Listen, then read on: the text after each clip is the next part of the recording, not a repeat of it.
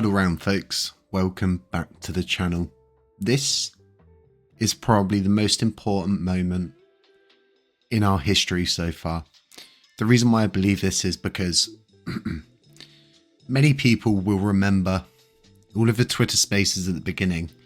There was one thing that was always noted on by all of the OG community, right? The old guard.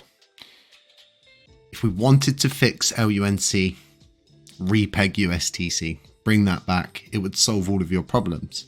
Now, suddenly, a year down the line, a lot of those people have reversed that around. If anybody has got the ability to go back and track through these old Twitter spaces and find them, you'll find out that I'm not lying. You know, I don't talk waffle here. We try and stick to the situation in hand and tell it for how it is, point out the obvious, point out the not obvious, so to speak. Now, every USTC REPEG, sorry, it's early here in the morning. Every USTC REPEG has been so far from the original plan whenever it's got to a proposal that it's not even what we initially thought it was going to be. What does it always have in it? Reverse splits, minting, all of the different things you don't want to see. Oh, we've got to fork out this much to get it going. And finally, we have got what seems like an actual plan. This doesn't just look at one single part of the LUNC community or the blockchain. It looks at every aspect. Community pool, Oracle rewards pool, LUNC holders, CEXs, everything across the board seems to have been covered. Now, I think something we need to start asking ourselves is, if we restore USTC, okay, in the perfect world, we restore it, right? Who's going to benefit from this? Well, we are. We're going to become the centerpiece, likely, of the cosmos again, as Luna was before us. Do you really think the old guard want this? Do you think Luna, the community, want this? No, they don't. I wouldn't if I was in their shoes and I'd lost that much money. Why would I want to see people get rich from the tokens I had to sell off at a complete and utter loss that had destroyed my livelihood, forced into this new blockchain? Of course they don't want us to prosper and profit and do well. That much is pretty obvious now. The division is there, and it is going to be so obvious, I think, from this proposal. So like I was saying, you can go through this whole proposal, okay? We've done a podcast. That podcast episode will be available around midday today for everybody in the YouTube community. So keep an eye out for that one. But honestly, when you get to hear from the person who's created this, who's put all the work into it, you hear the vision, you find out, oh great, this is actually something that someone's building, developing, and wants to put forward and put into place. Oh, and they haven't privatized it. You know, that in itself is rare. And when I say that's rare, there's just not people like this. So to have someone doing this, there's so much money involved in this REPEG. Honestly, I'm shocked to find out that this guy didn't want to privatize it. He wants to build it for the blockchain. In fact, this whole thing belongs to the blockchain. If it goes through and we decide to follow this route, it belongs to the blockchain. It doesn't belong to any of us. It belongs to everybody because it's controlled by the governance. It's similar to how the Burn wallet, well, not similar to how the Burn wallet works, exactly how the Burn wallet works. No one controls it.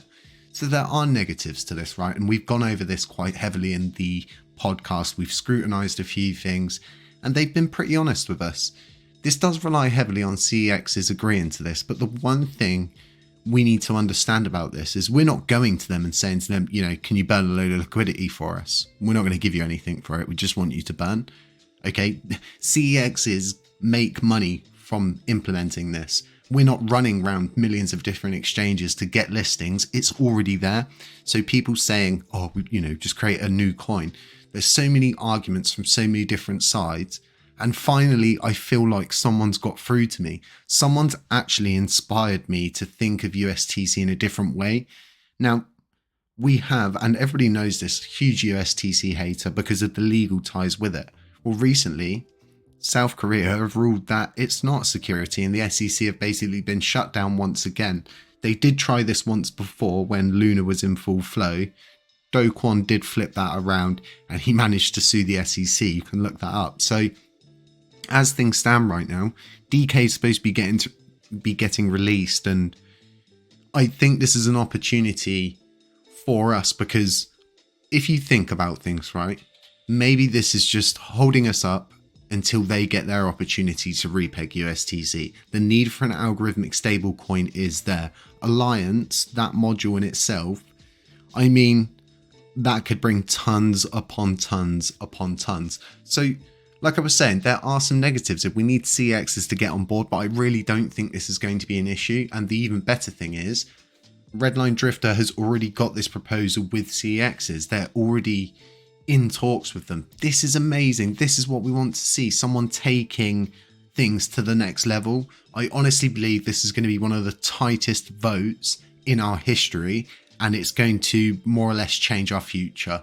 The amount of FOMO that's going to come with a USTC repeg. And this is step by step, right? So there's liquidity all the way up. There's barriers, there's safety barriers. So the positives of this are you're recapitalizing and incrementally repegging. Like I was just saying, it's a step-by-step repeg. There's no minting, forking, no reverse splits or external capital. So reducing the LUNC supply through the introduction of unidirectional swaps. This is insane. So, you know, the biggest issue is sitting on a bag. It just doesn't do anything. Burning coins has an effect, but from the buybacks, not from the burns. Once you burn them, you actually remove that from the liquidity cycle. It actually just deads that liquidity. It's gone. It doesn't get to continue through the system, creating more volume. So we've got funding both Oracle Pool and Community Pool. It's a targeted approach. So when you get to hear this AMA, it's around an hour long. It's gold because you're hearing it from someone who's got a vision. They're not thinking about, oh, well, how much can I charge for this? This is like, yeah, and this is a signaling proposal. This is something that everybody needs to remember is once this goes through, we begin the process. We're going to need to vote on other things. It's not going to be, oh, it goes through and then, you know, the repeg starts. This is a process that could change our future. And like I was saying, I honestly don't think the Luna community, especially the old guard that were heavily invested in all of this before it depegged and they lost millions, don't want to see this happen. And I think there's a further plan with Luna, with USTC. The biggest issue has always been minting coins. When you mint coins, that becomes a whole huge legal issue.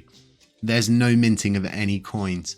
All of this could actually work out for us in the future because, say, in a perfect environment, in a perfect world, we restore the peg. Okay? Do you know how many people that have held onto their coins for whatever reason, held onto them? You're going to fix so much stuff. You're actually going to bring so much more trust back into DeFi. I think this is viable. We've spent a year.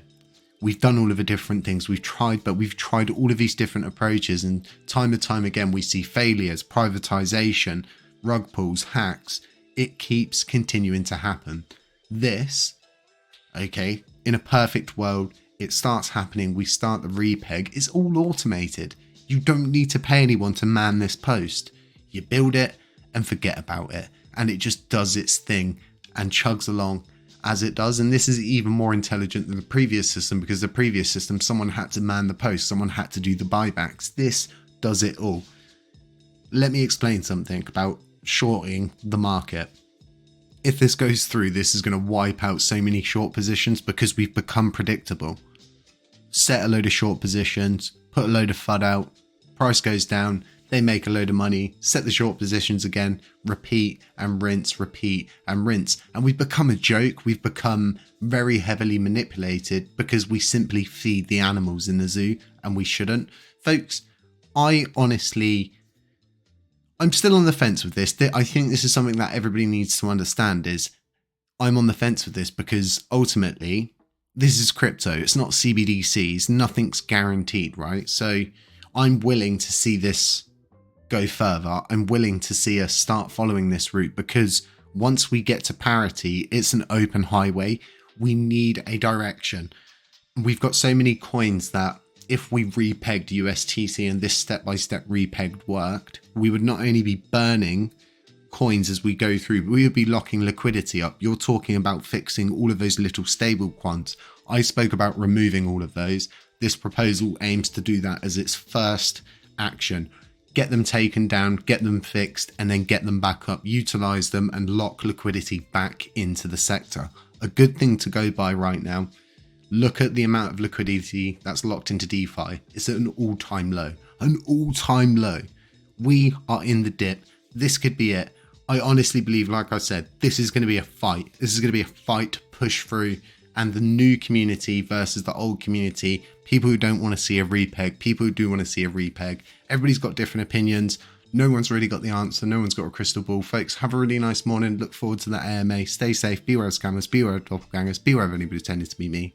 And I will catch you in the next one.